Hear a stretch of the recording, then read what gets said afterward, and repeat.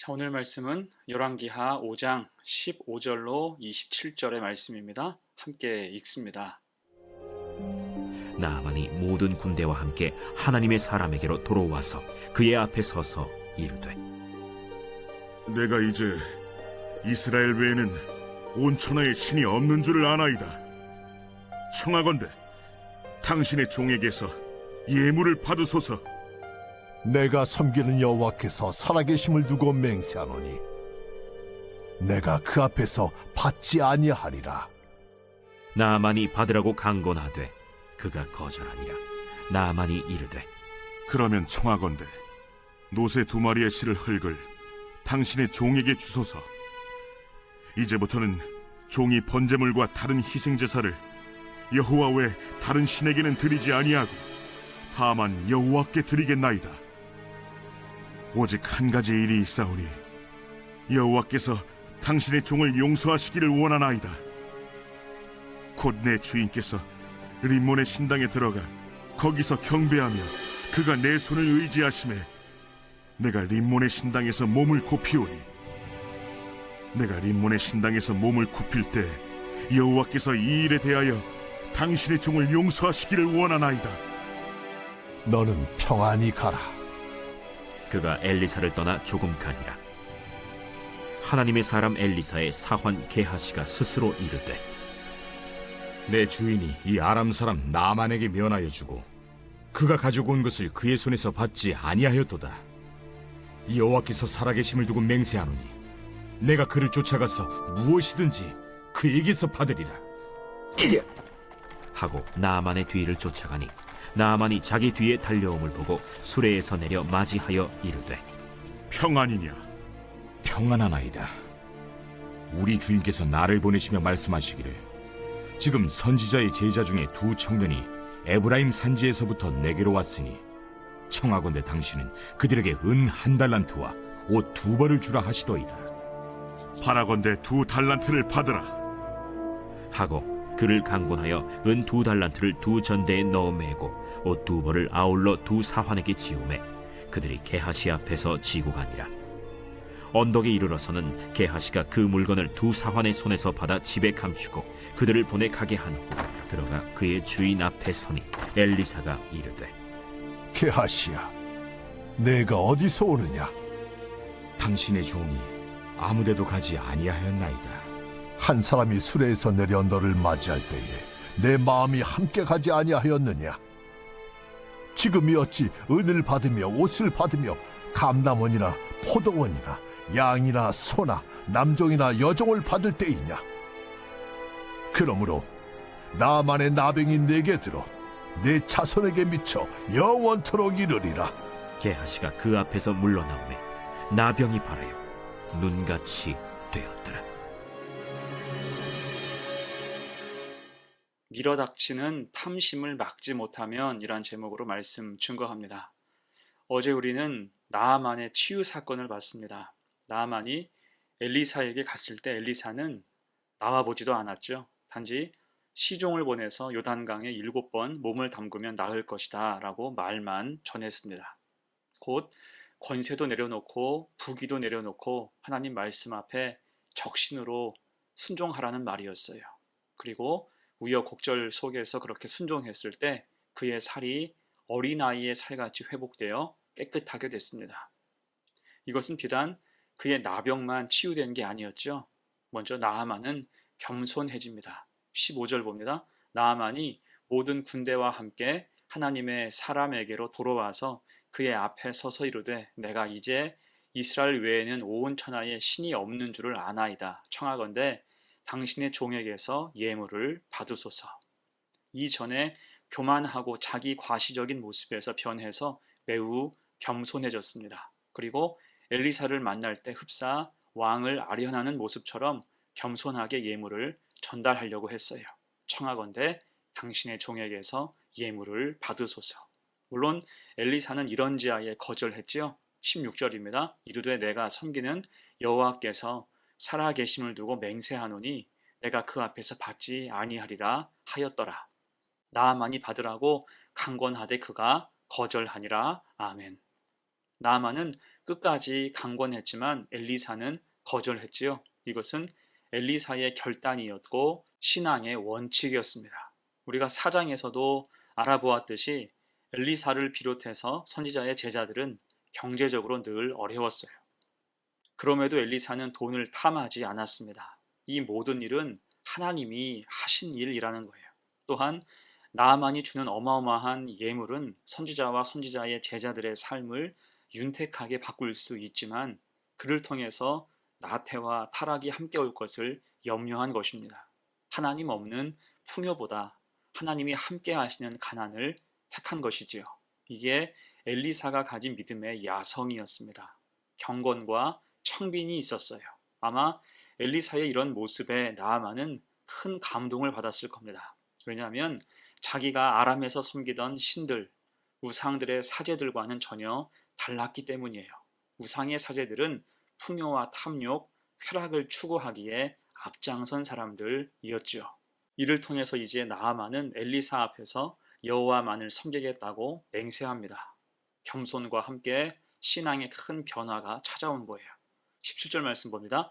나아만이 이르되 그러면 청하건대 노새 2마리의 흙을 당신의 종에게 주소서. 이제부터는 종이 번제물과 다른 희생 제사를 여호와 외 다른 신에게는 드리지 아니하고 다만 여호와께 드리겠나이다. 아멘. 여기서 흙을 달라고 하는 것은 그가 아람 지역으로 돌아가서도 이 땅을 기억하며 오직 하나님만 섬길 제단을 이곳의 흙으로 쌓겠다는 것입니다. 그리고 자기 처지를 호소하면서 한 가지를 미리 엘리사에게 양해를 구해요. 18절입니다. 오직 한 가지 일이 있사오니 여호와께서 당신의 종을 용서하시기를 원하나이다. 곧 내 주인께서 림몬의 신당에 들어가 거기서 경배하며 그가 내 손을 의지하심에 내가 림몬의 신당에서 몸을 굽히오니 내가 림몬의 신당에서 몸을 굽힐 때에 여호와께서 이 일에 대하여 당신의 종을 용서하시기를 원하나이다. 자, 그러니까 아람 나라에 돌아가서 왕이 주관하는 제사가 있는데 그때는 어쩔 수 없이 그곳에서 허리를 굽혀야 한다는 것입니다. 하지만 그것은 단지 허리만 굽힐 뿐 그 마음은 철저히 하나님을 향하겠다는 것입니다. 그래서 그 마음을 이해해달라고 나아만이 요청하고 있고 엘리사는 그것을 허락합니다. 19절이에요. 엘리사가 이르되 너는 평안히 가라 하니라. 그가 엘리사를 떠나 조금 가니라. 곧 이제 막 회심한 사람으로 또한 이방 땅에서 이방의 왕을 섬기는 사람으로 어쩔 수 없는 그의 처지를 하나님이 인정해 주신 것입니다. 초신자에 대한 배려라고 볼 수도 있겠죠. 자, 여기서 열왕기하 5장이 끝났다면 은혜로 기분 좋게 마무리가 됐을 것입니다. 자, 그런데 이후로 아주 당황스러운 일이 발생하죠. 그것은 엘리사의 사환 게하시의 일탈이었어요. 게하시는 엘리사가 나아만의 예물을 거절하자 그 마음에 탐심이 생겼습니다. 일의 정당한 대가인데 왜 안 받지 싶은 거예요. 이렇게 탐심이 한번 생기자 그 탐심은 갈수록 커졌습니다. 억울해서 못 살 지경인 거예요. 그래서 다짐하죠. 20절 하반절에서 내가 그를 쫓아가서 무엇이든지 그에게서 받으리라. 그리고 나아만의 행렬을 따라가서 붙잡아 세웁니다. 그럴듯한 거짓말로 나아만에게 예물을 요구해요. 곧 그는 하나님의 권능을 목격했으면서도 이렇게 태연하게 거짓말하는 것입니다. 곧 탐심이 그 속에 생기니까 겁이 없어지고 악에 대해 서슴지 않게 된 것입니다. 하지만 나아만은 그런 게하시의 속셈도 모르고 기분 좋아서 더 얹어서 예물을 주죠. 23절에서 나아만이 이르되 바라건대 2달란트를 받으라 하고 그를 강권하여 은 2달란트를 2전대에 넣어 매고 옷 2벌을 아울러 2사원에게 지우매 그들이 게하시 앞에서 지고 가니라. 자, 돌아오는 길에 게하시는 얼마나 기뻤을까요? 이 많은 것을 얻었으니 얼마나 만족했을까요? 그러면 이제 남은 것이 무엇입니까?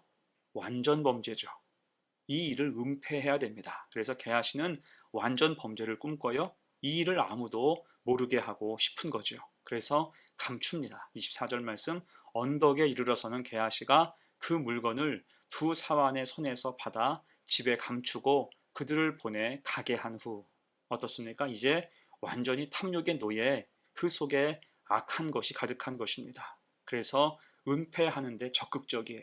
그러니까 그는 지금 탐욕에 눈이 멀어서 하나님을 잃어버린 것입니다. 그리고 이제는 태연하게 거짓말을 시작해요. 25절 봅니다. 들어가 그의 주인 앞에 서니 엘리사가 이르되 게하시야 내가 어디서 오느냐 하니 대답하되 당신의 종이 아무데도 가지 아니하였나이다 하니라. 여기서 사실 엘리사의 지금 질문은 마치 하나님이 가인에게 동생이 어디에 있는지 묻는 것과 같은 상황이에요. 이미 다 알고 있는 것입니다. 다른 말로 하면 회개의 기회를 주는 것과 같았어요. 하지만 게하시는 가인처럼 태연하게 거짓말을 해요. 당신의 종이 아무데도 가지 아니하였나이다. 자, 여러분 결국 어떻게 됩니까? 돌이킬 기회를 스스로 차버리자 심판을 피할 수 없게 됐죠. 26절, 27절 봅니다. 엘리사가 이르되 한 사람이 수레에서 내려 너를 맞이할 때에 내 마음이 함께 가지 아니하였느냐. 지금이 어찌 은을 받으며 옷을 받으며 감람원이나 포도원이나 양이나 소나 남종이나 여종을 받을 때이냐. 그러므로 나아만의 나병이 내게 들어 내 자손에게 미쳐 영원토록 이르리라 하니 게하시가 그 앞에서 물러나오매 나병이 발하여 눈같이 되었더라. 자, 그 돈과 재물이 뭐라고 거기에 집착하는 사이에 게하시 그는 믿음을 완전히 잃고 대신 이제는 저주의 질병을 얻게 된 것입니다. 자, 이제 말씀을 정리하면서 오늘 말씀은 분명한 시사점이 있지요. 은혜 뒤에 오는 탐욕, 그 교만의 위험성에 대해서 말씀합니다. 게하시는 본래는 귀한 사명을 받은 사람이었어요. 그는 위대한 선지자 엘리사를 지근거리에서 보필했고 그동안 엘리사를 통해서 일어나는 하나님의 역사를 수없이 목격했습니다. 그런데도 오늘 본문에서 그는 하나님을 잃어버리고 결국 나병을 얻어서 몰락하고 말죠. 왜일까요? 탐욕이 그 속에 들어갔고 그것을 거절하지 못하고 이제는 믿음과 욕심이 그 자리를 바꿨기 때문입니다. 그때 지금껏 쌓은 신앙도 열매도 다 물거품이 되고 만 거예요. 또한 하나님의 일, 하나님의 영광을 가리게 된 것입니다. 소탐 대실의 전형을 보여준다 할 수 있겠죠. 그래서 우리는 바울의 경고를 마음에 새겨야 됩니다. 고린도전서 10장 12절이죠. 그런즉 선줄로 생각하는 자는 넘어질까 조심하라. 아멘. 특히 탐심을 조심해야 됩니다. 탐심은 어느 순간 밀어 닥칠 수 있어요. 그래서 겸손히 믿음을 돌아보면서 말씀으로 무장해서 악한 것에 역습에 늘 주의하고 늘 하나님 앞에서 신실하게 살아가는 복된 성도가 되시기를 간절히 축원합니다. 아멘. 함께 기도합니다. 은혜의 주님, 탐심을 경계하게 하옵소서. 믿음을 욕심과 바꿨을 때 거침없이 무너지는 모습을 오늘 봤사오니 우리는 겸손한 믿음을 가지고 항상 하나님 앞에 서게 하옵소서. 유혹과 시험이 있어도 예수 이름으로 이겨내게 하시고 끝까지 믿음을 잘 지켜나가게 하옵소서. 감사드리며 예수님의 이름으로 기도하옵나이다. 아멘.